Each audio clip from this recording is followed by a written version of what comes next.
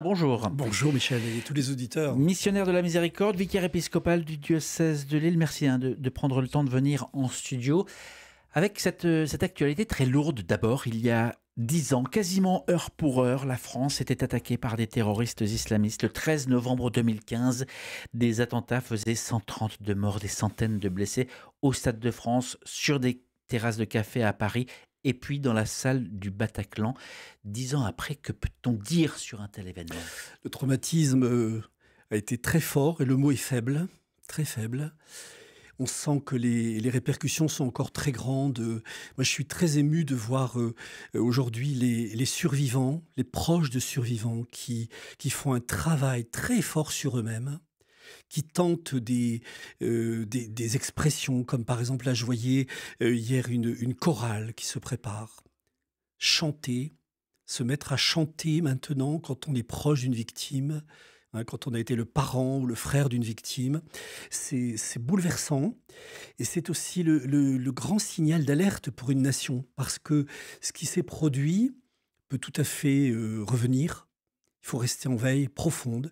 Et c'est vraiment un marqueur très très fort dans l'histoire, parce que c'est aussi le signe que nous ne devons pas tolérer toutes les quelques violences d'où qu'elles viennent, et que nous devons faire très attention au vivre ensemble, que ça soit pas un vain mot. Et je pense que vraiment, oui, ce qui s'est passé là il y a 10 ans marquera profondément notre histoire, et nous avons encore besoin de recul pour le comprendre, et aussi d'aider profondément les personnes proches qui ont été extrêmement marquées par ça. Vous êtes prêtre, vous êtes un homme de Dieu. Où était-il, Dieu, le jour où ces innocents sont tombés sous les balles ? Il était très présent à la souffrance de ceux qui recevaient ce mal. Il n'était surtout pas dans la caution. Il ne consentait certainement pas l'instrumentalisation qui a été faite de lui, car jamais Dieu ne veut le mal, jamais Dieu ne souhaite la violence. Il y a quelque chose chez Dieu vraiment de complètement antinomique avec la violence. On n'a pas le droit, de quelque religion qu'on soit, d'instrumentaliser Dieu. Dieu n'est pas dans la violence. Mais par contre, il est, dès la première minute où quelqu'un souffre, il est présent dans cette proximité, dans le secours porté, et aussi pour que nous nous réveillons dans la prise de conscience. Et là, il est présent, très présent, pour nous éclairer dans le discernement et nous donner la force d'agir, de ne pas nous laisser faire par la puissance du mal. Il y a quand même un auteur qui a dit un jour, attention à ce que la tolérance, ça ne soit pas la caution du mal, sinon elle devient un crime, la tolérance. Et cette tolérance-là, Dieu ne la souhaite pas. À propos de Dieu, comment éviter cette tentation récurrente de finalement projeter son propre cadre, sa propre vision de Dieu pour ensuite y adhérer ? Croire au Dieu qui est le nôtre, enfin, moi personnellement, le Dieu de Jésus-Christ, bien sûr, c'est vivre de lui. C'est recevoir toute vie de lui-même, c'est être vraiment habité par la foi et l'espérance, et en l'occurrence la foi chrétienne en ce qui nous concerne ici à ce micro. Et c'est justement, s'il y a une espérance chrétienne, c'est entrer dans le plus grand des respects des autres. Je pense que la foi, d'autant plus vivante qu'elle sera respectueuse des autres convictions.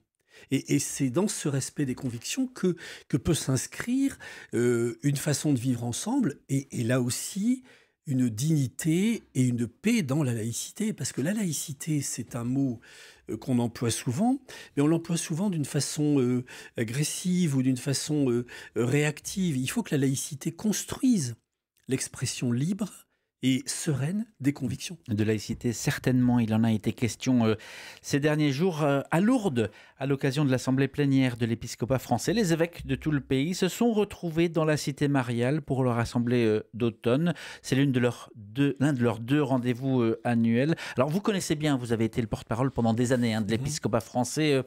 Je disais laïcité parce que l'école catholique a été au menu, mais il n'y a pas seulement, également la suite des abus sexuels dans l'Église et de l'accompagnement. Qu'est-ce qu'il faut en retenir de cette assemblée ?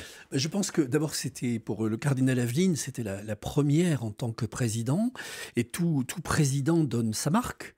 Il a rendu hommage à Monseigneur Moulin-Beaufort, qui avait fait un travail remarquable pendant ces 6 années, un travail très courageux. Et je pense que là, le cardinal Aveline, avec à la fois sa bonhomie, son intelligence, son sens de l'interreligieux aussi, engage un mouvement, si j'ose dire, des 6 années qui viennent, hein, enfin, en tout cas des 3 années pour lesquelles il est élu, et peut-être du 2e mandat. Moi, je note quand même aussi à la fois le soutien très fort au projet de l'enseignement catholique. Je note la rencontre avec nos frères orthodoxes. Je note aussi l'engagement à nouveau pour une écologie vivante avec l'ensemble des confessions religieuses. C'est pas anodin, il y a eu tout ça quand même, hein, là au seuil même de l'Assemblée des évêques. Et puis après, il y a effectivement, comme vous dites, il y a tous les dossiers qui peuvent être parfois plus douloureux ou plus techniques, selon un peu le dossier, mais qui sont nécessaires. Une assemblée d'évêques, c'est le lieu d'une collégialité. Ils exercent entre eux pendant quelques jours le discernement d'une collégialité dont après ils reçoivent le fruit en rentrant dans leur diocèse. En revenant dans leur diocèse où là ils sont pleinement responsables de leur vie diocésaine, ils ont fait expérience pendant plusieurs jours de la fraternité entre évêques et de s'exercer à des décisions assez importantes sur des sujets soit d'actualité ou de vie d'église. Et on parle d'Église de France, mais elle n'est pas autocéphale. Évidemment, hein, l'Église de France est partie prenante de l'Église catholique. Vous avez parlé du cardinal Aveline, qui était un proche du pape François. Comment est-ce qu'aujourd'hui, eh bien justement, il peut poursuivre, continuer avec un autre pape?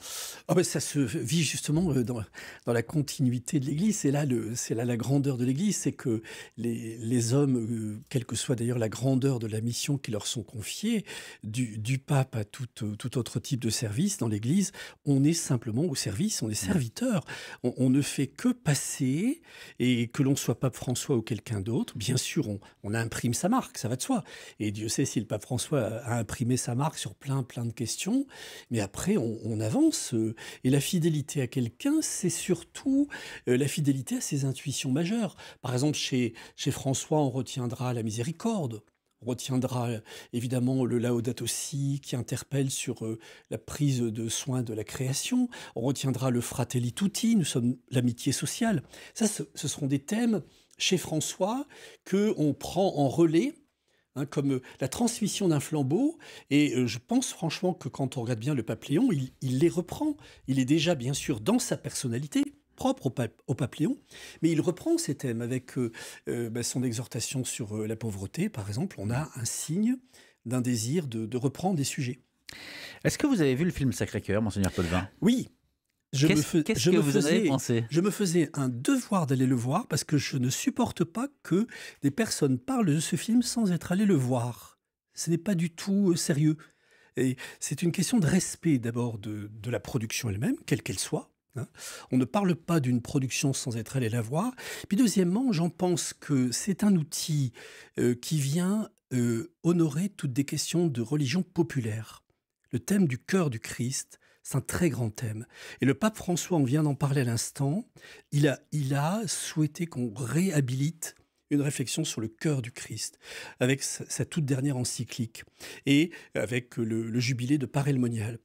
Tout film est perfectible. Si je voulais entrer dans des détails de contenu théologique ou autre, il y a des choses à discuter dans ce film, c'est évident. Moi, par exemple, je ne suis pas très partisan de la chosification du mystère même, du cœur du Christ. Je suis plus partisan d'une certaine pudeur sur le sujet. Mais, ceci étant, l'ouvrage est important et c'est un respect des petits que d'aller le voir, de s'y intéresser, quelles que soient les polémiques, et il y a des polémiques, bien sûr, il y en a, sur le financement du film, sur qui a fait quoi, etc. Mais il ne faut surtout pas laisser ce sujet religieux, qui appartient à la conviction chrétienne, être récupéré justement par des instrumentalisations qui voudraient alors reprendre ce thème à mauvais escient. D'où l'importance d'y être, de s'y rendre, et d'y vivre un moment fort d'évangélisation. C'est un instrument, il est perfectible et il existe. Parce que la récupération politique existe sur ce type de film.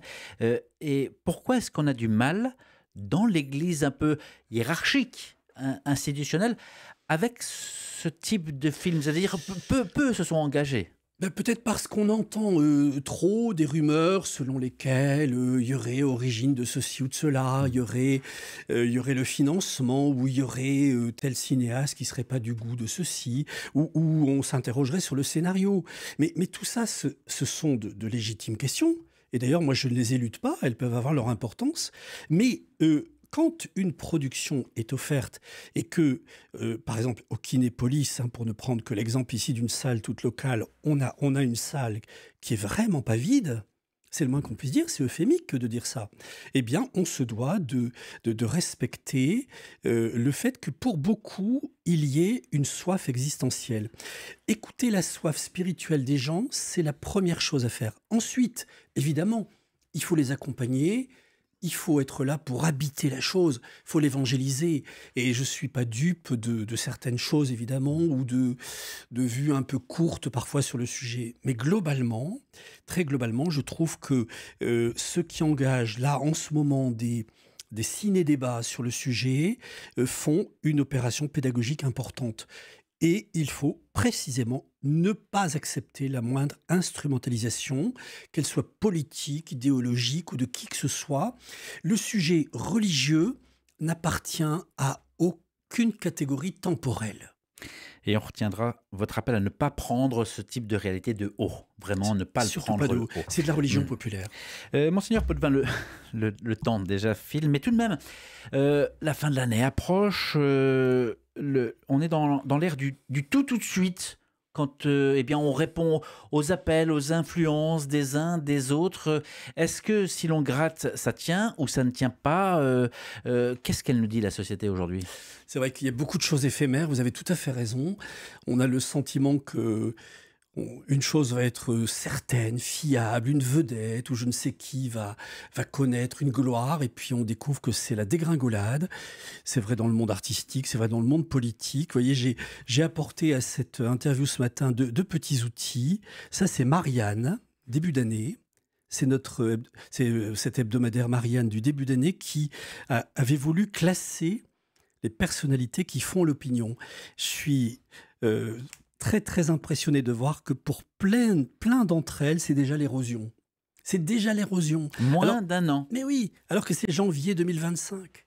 Tout est relatif dans ce monde. Alors j'ai apporté comme deuxième outil mon psautier.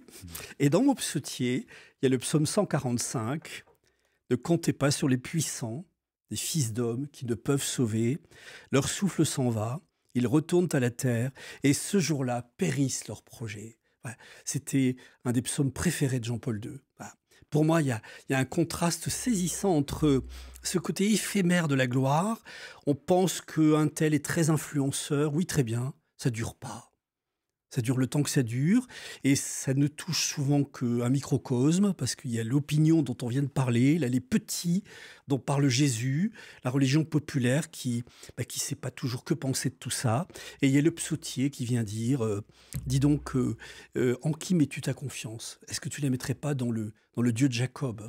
Mais ce que vous soulignez, ça rejoint chacune dans sa propre existence, finalement, dans sa propre vie, à savoir sur comment bâtir sur du solide, sur du roc. Bâtir sur du solide, c'est d'abord réapprendre à aimer.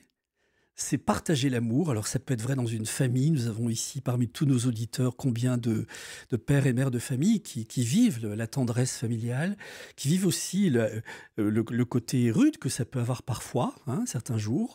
Et en même temps, c'est irremplaçable cet amour. Je pense à la famille, mais ça peut être la communauté, ça peut être tous nos réseaux d'appartenance, parce que c'est là que Dieu nous attend dans une fidélité et une solidité. La fiabilité, elle est là, vous savez. Elle est surtout de ce côté-là, et quand RCF Hauts-de-France fait promotion de certaines valeurs, de certains témoignages, je crois que ça passe aussi par là. On sent bien sur quel roc on peut s'appuyer. Merci beaucoup, Monseigneur Bernard Potvin, d'avoir pris le temps de répondre à ces questions. Je rappelle que vous êtes missionnaire de la Miséricorde, prêtre, vicaire épiscopal dans le diocèse de Lille. L'entretien va être à retrouver sur la page YouTube d'RCF Hauts-de-France et sur le site rcf.fr, région Hauts-de-France.